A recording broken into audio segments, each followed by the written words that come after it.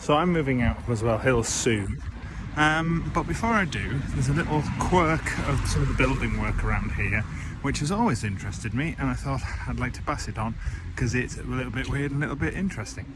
But before I do, I want to talk very quickly about why bricks have certain colours. Yay! Short version of it is yellow bricks have more chalk in them. Red bricks have more iron in the clay, so they're oxidizing. And then you've got blue bricks, or sort of like dark grey bricks, and those aren't necessarily from the content of the clay, but from the temperature and the way that they are heated. And you can see that kind of if you ever see a brick that has been quite close to the source of the heat in the clamp. And the clamp is the name for the sort of the oven that bricks are made in. If the brick's really close to the source of the heat, one end of it can get burned, and it can end up going the bluey grey colour, which ended up being really sought after. You know, you would have thought having a brick that's a bit burned makes it look a little bit funny in the wall, and it would, unless you specifically use that end piece of it. And so people would specially stack just the short ends of the brick facing the fire, so that they could use them to create patterns in the brickwork.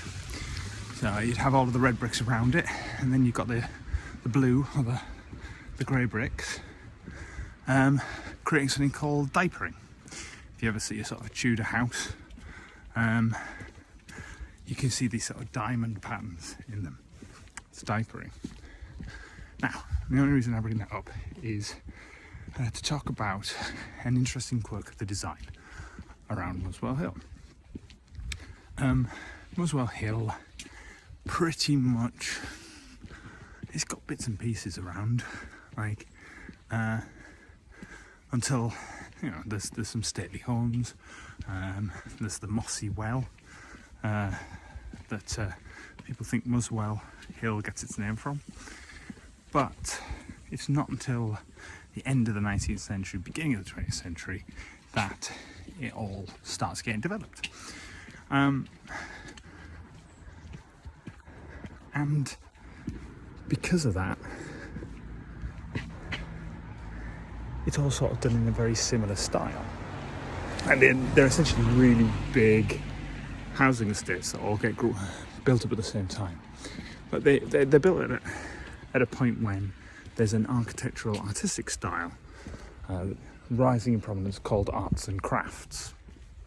It's a movement that was sort of kicking out against the idea of mass production and mass sort of similarity, and literally putting more emphasis on the arts and craft of making buildings. But if you're making these huge estates all in one go, how do you make it look older?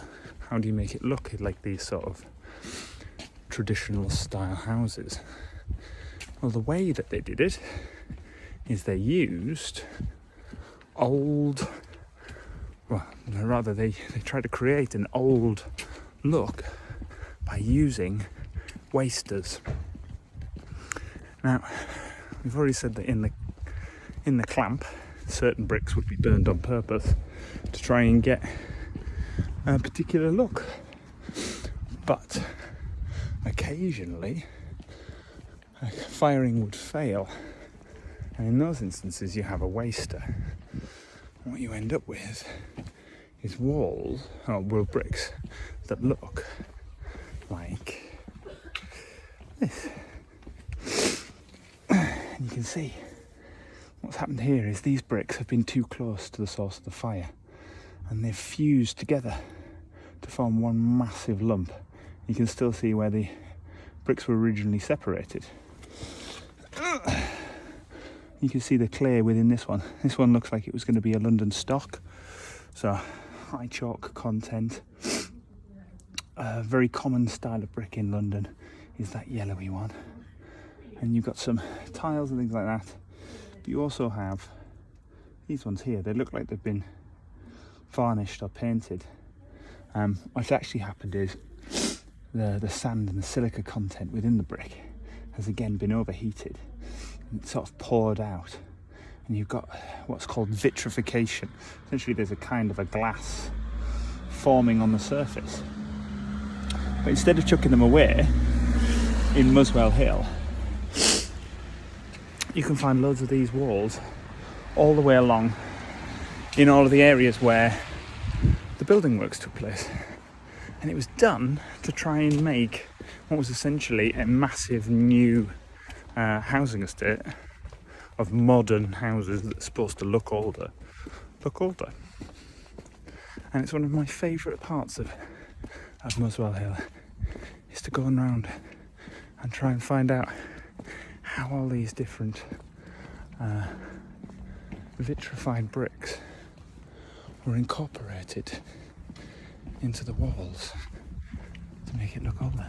Like for example here, this one, they've used all the wasters, the lumps of them, as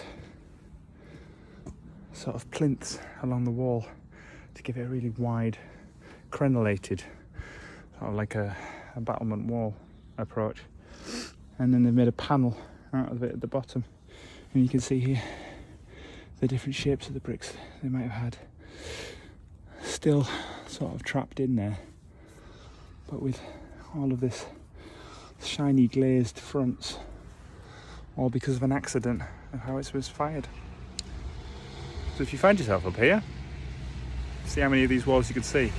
And also, I haven't found any of it today, but keep your eyes peeled for slag glass. It's another sort of byproduct of incredibly high temperatures, and the impurities come out. But they can end up with these surprisingly beautiful sort of blue crystals forming.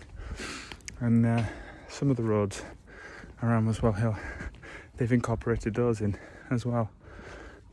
Just to finish off with one more, just to show it's not just the bricks. You can see here either a tile or a decorative feature. It's been sat on the base maybe. This looks like a lot more of the sort of accretions from maybe the bottom of a clamp, where a lot of the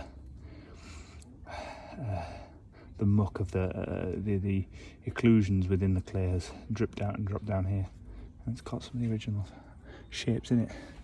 And even though they're wrong, they're really pretty, which is why I love them.